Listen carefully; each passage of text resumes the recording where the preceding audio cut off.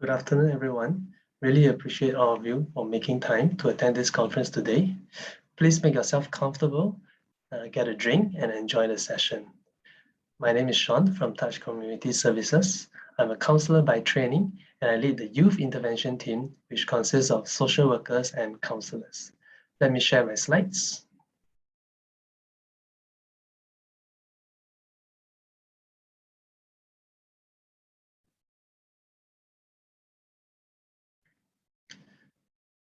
Today, I will be touching on the topic of problematic pornography consumption, covering on what Touch as a community agency observe on the ground and also how we provide support to address this particular type of cyber wellness issue.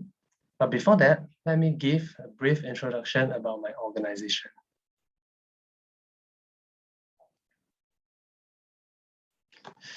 Touch Community Services is a non-profit charity organization in Singapore, and we have officially registered in 1992, and that is 30 years back, and we are celebrating our 30th anniversary this year.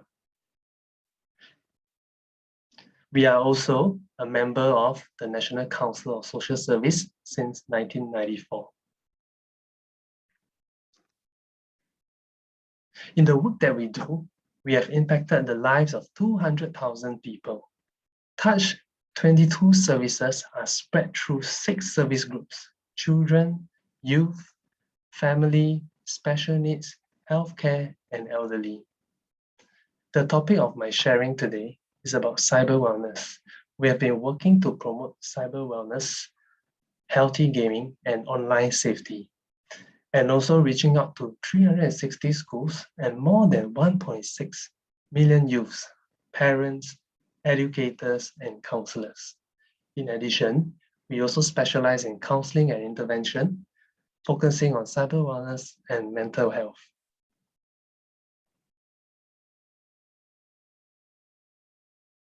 Okay, and in this slide, zooming into the area of cyber wellness, these are some of the milestones that we have achieved over the years.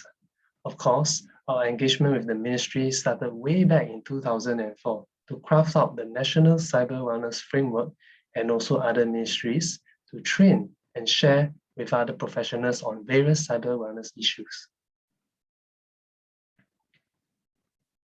This is the framework that our organization adopts. The 3 pillars supported by R&D. Okay, we always believe in research and development, and we always believe in educating the community so that they are able to make informed decisions. We also have centers to better support and engage the various groups of clients, including elderly, children, and youths. As for today's sharing, I'll be focusing on how Touch provides counseling in relation to the topic of pornography. And the evidence of sexual behavioral issues is all around us. Here are some behavioral issues that we have observed over the years, and also highlighting how these behaviors manifest in different forms. These are just some examples of the many referrals that we receive for this profile of clients, but how their behaviors are related to pornography consumption really depends on the individual, because each individual is unique. We do receive such cases for children, youth, and also adults. But the clients that come to us are mostly children and youths because they are brought in by the school or by their parents.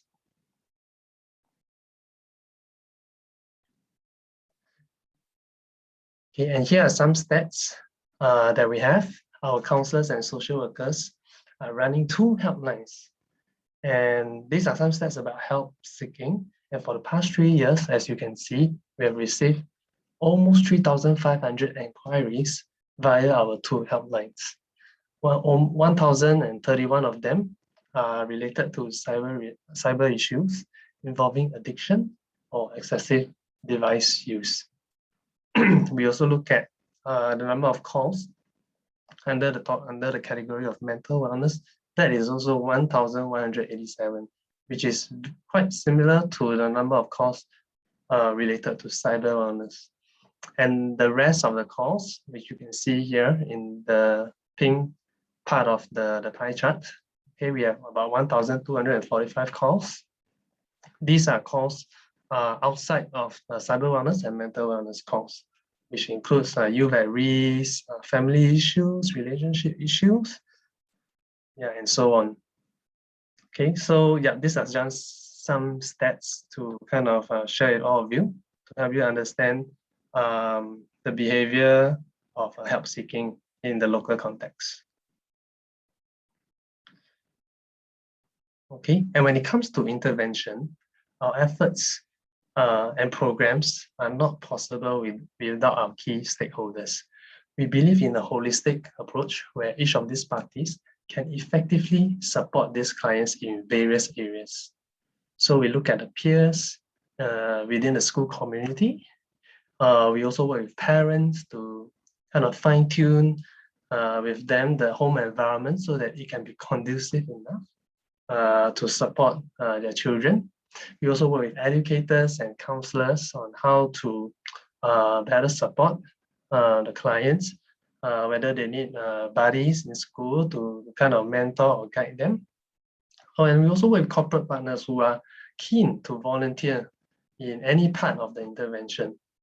And lastly, we also work with community agencies, who are involved in one way or another in another area of the client's life.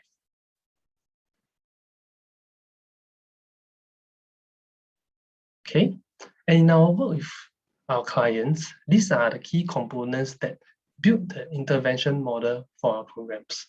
So we are looking at counseling, group work, case conference, and parenting sessions. So for counseling, we actually counsel the individual. We need to get the buy-in of the individual. Why is this valuable for me? Yeah. So when we help the client to understand how counseling can help them, they will be able to commit and be motivated to participate during counseling. And with that, we also need to identify their needs. When we identify their needs, we will try and collaborate and work with them to form new habits, new and healthy habits to kind of fulfill those needs.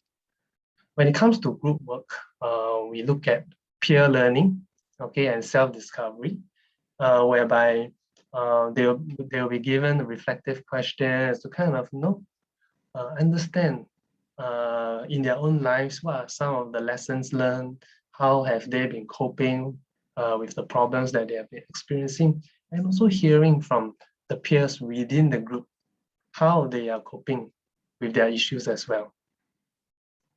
And for case conference, definitely, as mentioned earlier in the earlier slide, we work very closely with other stakeholders so that we can form a holistic intervention plan for our clients. And parenting sessions definitely very important because we want to build the family resources, as the family unit actually is one of the key and strong factors to help the client to make progress and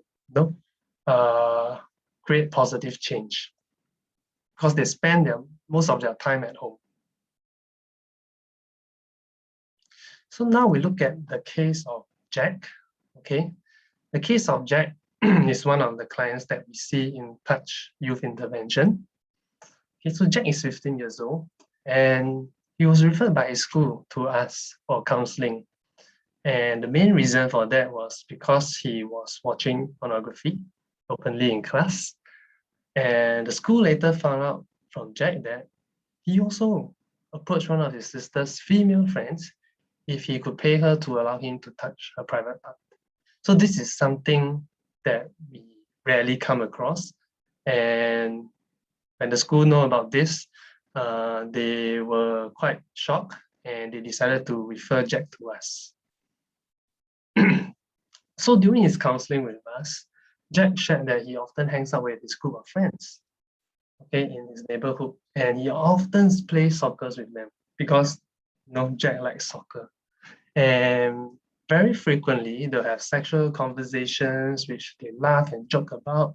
And eventually, Jack went online to search for materials about what his friends were talking about because he was curious.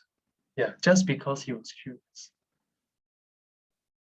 So how did Jack resolve his issues when he decided to start counseling with us? These are the 4 aspects that we touch on. And the first one, we talk about the dangers of pornography. Definitely, this is something that not a lot of children, youth, or even adults know about the dangers.